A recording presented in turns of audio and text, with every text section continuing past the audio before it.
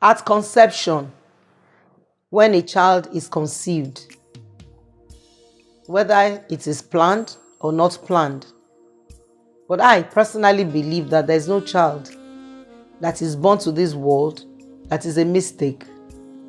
There's no child that is an accident. We all came for a reason.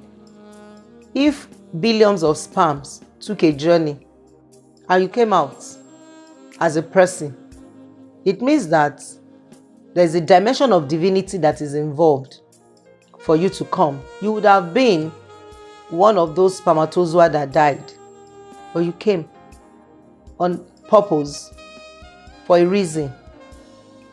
Unfortunately, the family we find ourselves at birth determines everything. Determines how further and faster you will go in life. I've been able to interview a lot of people who have struggles in their sexuality. Men, women, young and old. And everything is traceable to what happened to them when they were growing up. Everything is traceable to their sexual orientation. Everything is traceable to the person that exposed them to sex. And that takes them on a journey, some of no return. Some returned, but with a stigma, with a scar, or with a mark.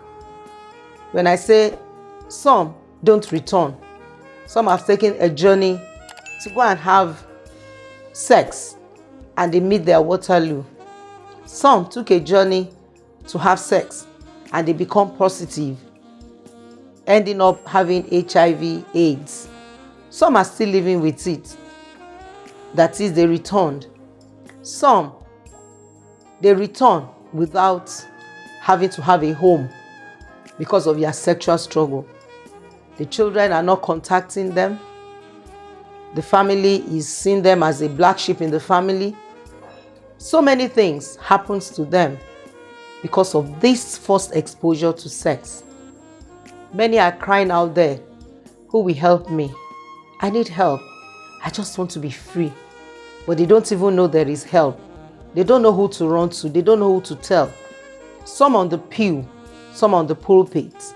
They love God, they are serving God, but they are sexually wounded. They are anointed, but they are addicted. They have so much to offer in their spirit, but because their soul is wounded, they are bringing out a wrong fragrance. The perfume, the odor of a good ointment has become irritable, has become a thing that people look at and they say, if you are a person of God, I would rather not follow your God. Because of one thing, foundation, first sexual orientation, what happens to them? Some don't return at all. Some return, but they are wounded. They have been daggered. The arrow of their sexual addiction has truncated their dreams and their vision. Some return, but they don't even return at all. I don't know where you find yourself, but in this journey today, I have a guest in the house, a very young man, young boy, just 21. But what he has been through, what he has done with his sexuality is alarming. Very, very alarming. And you want to blame him. In this profession, we don't blame people. We make people to realize that help is available. We help people to heal. That's why the program is the Heal. We help people to heal. We help them to become a wounded healer. We restore them back to their sexual orientation that is sane. They become sober. They start a life that they become an envy of their mates, which is possible. If you are watching me out there and you're struggling, you've been everywhere, you've fasted, you've prayed about your sexual struggle. As you listen to this story, is his reality? Is what happened to him? Is his story? Somebody say, why are you sharing your story? Your story is your story. And of course, is his past. And his past is his property. he can do whatever he likes with it. He has been through a lot because of something. I've said it before. I know some of you are wowed. You're just, what is all of this? Yes, people's story. Some of you, you just felt, oh, is it true? But this person is here. It's true. Of course, no name, no face, no identity. But it happened because of the journey of his life. He has a lot to share with us today. I don't want you to watch this alone. If you are watching, kindly subscribe to this YouTube channel. There's a lot to learn. Then share it, then like it. Let someone be blessed. Yes, I have a guest in the house today. You're welcome. Thank you so much, ma. It's a pleasure to be on the show. Thank you very much for coming. Well, the floor is yours. His life is a teaching catalog. It's for me to help people, teach people, to understand the dynamics of this struggle that we're talking about. And that's why I'm taking his life story one after the other, line upon line, precept upon precept.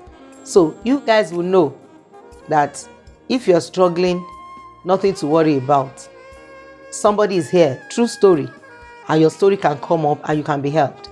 Welcome. Thank you, ma. Yes, your story. Thank you, ma. It started when my dad and my mom, they got separated when I was just 2 years old. Were they married? They were not married. How? Explain. My dad was in his final year in university. Okay. When he got my mom pregnant, of which my mom had already given birth at the age of 19, her first child at the age of 19. So you are not even the first child. So your mother got pregnant for your dad after she had had a child before? Yes, ma. Wow. At 19? At 19. Wow. So 5 years later, my dad and my mom, they met. My dad was in his final year in university. Then he got my mom pregnant. So because of that, he had to drop out of the university. He could not further till date. Your father dropped out from university because he impregnated a woman. I used to think that it's women that dropped out when they are pregnant. So what happened? Why? Because my dad was also being raised by a single mom. My dad had to leave school so he could fend for me, because he was also being taken care of by his own mom, which happens to be my grandmother. Wow. Can you see the pattern? Somebody had to break this pattern. If you're hearing me, you are from a background that has a lot of baggages. Don't add baggage to baggage. Drop that weight. Seek intervention. Get therapy. Heal from your baggages, or else you keep passing it down. This is a deep story. This is for you to think. It's a food for thought for everyone. You are raised by single parents. You are very dysfunctional. You are raised from a polygamous home. You are extremely dysfunctional. You are raised by a family that are together, monogamous home. If you are not understood, they don't know your person, they don't know your temperament, they mop you up in training, and in raising you, they think all of you are the same. You are treating A like B or C or D. And those children that are being raised in that system, not understanding a child as an individual, becomes dysfunctional. So you can come from a monogamous home and be very dysfunctional. But being raised by a single parent, you are dysfunctional. Being raised in a polygamous home, you are extremely dysfunctional. So look at it now. His mother got pregnant to his dad, who is also raised by a single parent.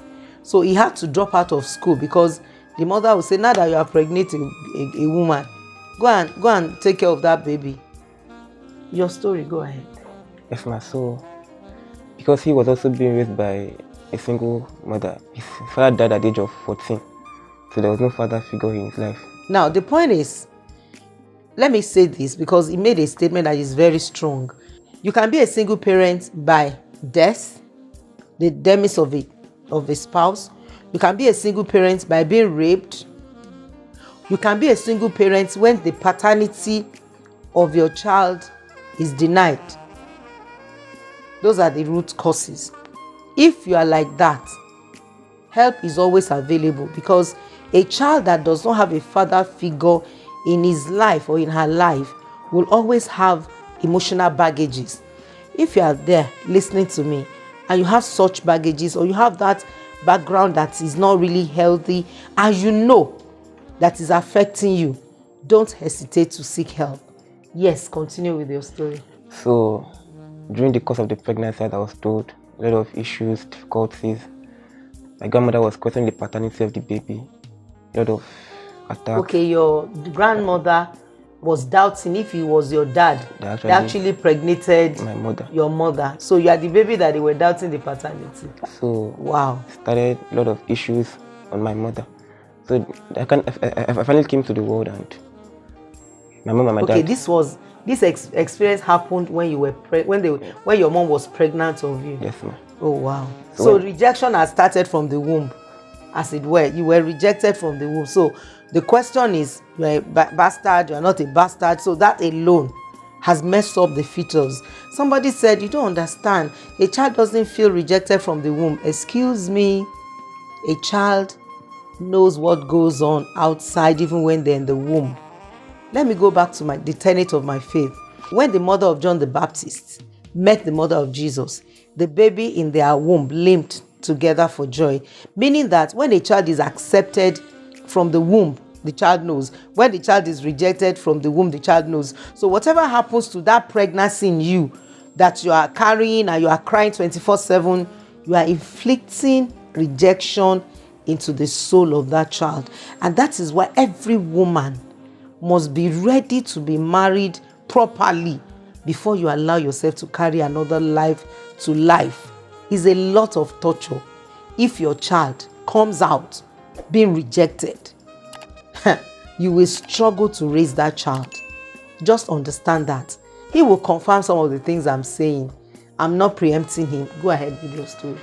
So as it were, my other brother and I were being raised by my dad and my mom. 2 years later, my mom got pregnant again. The paternity was being denied again this time around.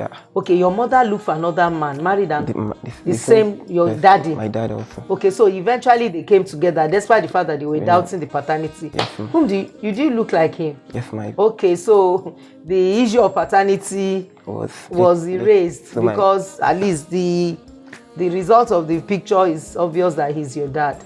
So they took me to my grandmom to go and stay with her. Because your mother got pregnant again? Because my mother got pregnant again. So the pressure was too much with 3 children. Okay, your mom took the first child she had for another man to your dad. Okay. My dad started taking care of him and me also. When the pressure was too much, they had to take me to my grandmom when I was a year old, so I could be staying with her. So the responsibilities could be relieved. 2 years later, my mom got pregnant again and she gave birth to a female. This time, when my sister was a year and 6 months, my dad said he's no longer interested, that the suffering is too much, that he wants to go back to his mother who was taking care of him before. Go ahead. My mom was sad. She was like, let's push through this together. He said no, that where he was before he was enjoying. He can't come and be suffering with my mom. Yes. So he left my mom when my mom was still taking care of my younger sister. So because of that, my mom had to come down to Ibadan and left me in Lagos with my dad. So I grew up with my grandmom. She sponsored my primary education. My father was not there. I just used to see him occasionally.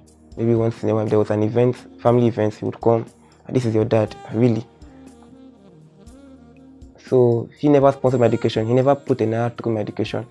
My grandma sponsored me from primary school to secondary school. And my aunties, even where I was surrounded by females mostly. I didn't have any male figure that could stand to discipline. This guy, because he's been going through a recovery process, he was able to know that a male figure is an authority over the life of a male child. And that's the truth. I've written 64 books. One of them is Love Note to Fathers. Every child that has father's issue, they have a lot of emotional baggages. We have 4 types of wrong fathers. We have a shadow dad. A dad that is just a shadow that is there. We have a boundary buster dad.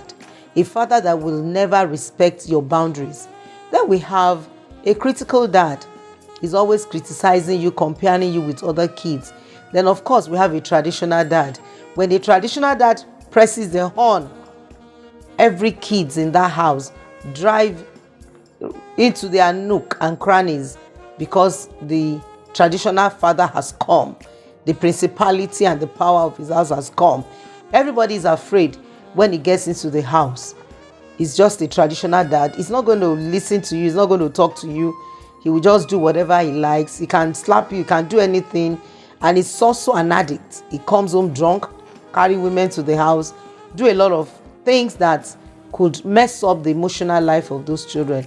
A father that is not emotionally matured will definitely raise kids that are not emotionally matured. Unfortunately, all these 4 fathers, none of them are even available for this young man. So he said he had no father figure that will instill authority and discipline in his life. Wow. Go ahead with your story. Yes, ma'am. So, growing up, my grandma took care of me and I was pampered a lot. Anything I wanted, they gave to me. They used to say that the children of old people they used to get spoiled. Please, mothers, raise your children yourself. Fathers, raise your children yourself. You don't know the thin line, what happened in between, that your son, your daughter has now become a child that will be giving you stress. I wish you would just make up your mind and tell yourself, I'll take care of my kids myself, sincerely speaking. Because those old people, I'm also old, they have their issues. They transfer frustration, they transfer aggression. When they are to discipline, they don't discipline. When they are supposed to show love, they discipline. So they confuse the growth of a child that is being given to them to care for. He said he grew up with his grandma and the grandma spoiled him, made him to get away with anything. He said whatever he wanted, the grandma gave it to him. That is heavy and is a foundation we have to look into critically, professionally. I'm listening to your story. Yes, ma'am. So as I was growing up, she sent me to school, she sponsored me and took care of me. So growing up, because I had access to everything I wanted, luxury and everything. So I used to watch some television shows that are obscene images and videos were the order of the day. My aunties were not around me, I would just watch some of them. I knew the time they would air some of those shows, so I would go watch it. And that was when I was in primary school. So it started getting to my memory. I didn't really know what sex was at that time, but I just knew that it was an act and it was not good. So I got admission, I got into secondary school. My friends would talk about pornography, the excitement, they were still young and everything. But me, I didn't really know what it was, so I didn't contribute much to discussions. Because they saw me as a very gentle guy, quiet boy, I don't talk much then. So, moving on, my GS2 and GS3, I started watching pornography. And at that time, my dad came back. He lost his job and some issues happened to him. He was arrested and he came back to live with his mom, which happens to my grandma. So my dad, my aunt, my grandmom, we were all staying together. So during that time, he used to give me his phone then. I would watch pornography on his phone. And whenever I sleep in, because he reads erotic stories. I would lie down beside him and we read it together. He doesn't chase me. When your dad is reading the erotic books and giving you his phone, you always watch pornography on his phone, and he does not say, this one, you are too young for it, don't watch what I'm watching. No, man. Parents, protect the souls of your children against violence, against sexual perversion. When I say violence, some of you are in a home that you play some games that are very aggressive, violent, they are killing, they are hurting, they are doing that. Protect the soul of your kids. Children are more prone to emotional struggle than men. Now, if a man is struggling emotionally, you could process it and get it out of your mind.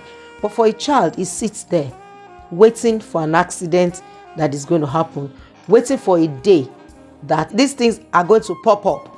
And when they pop up like that, it's just everywhere. It's like popping a bottle of frizzy drink. You know what I mean? It's everywhere. So be careful. When you are having anything that has to do with sexual activities, don't get your children involved. They won't ask questions and you don't answer them. Even if they have questions, you have no answer for them.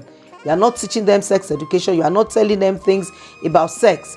So they will explore by themselves. My guess, his sexual orientation was opened wild while he was watching erotic programs on TV. Now, the father came back, added to it. Before he knew it, he said this was in class what? When I was in GS3. GSS 3. Go ahead. Coupled with that, I had an auntie that had lots of romance novels. They call it News and Bones. Lots of them on her shelf. Close to 200, 300. So I would go read it and start fantasizing. So along the line, there was another auntie of mine that came to live with us. She gave birth. But my grandmom didn't like the relationship between the father of the husband of that, my auntie, and my aunt. So my grandma was against the relationship. So that aunt of mine had to come and live with my grandmom, with her children. So and she had 2 female children then.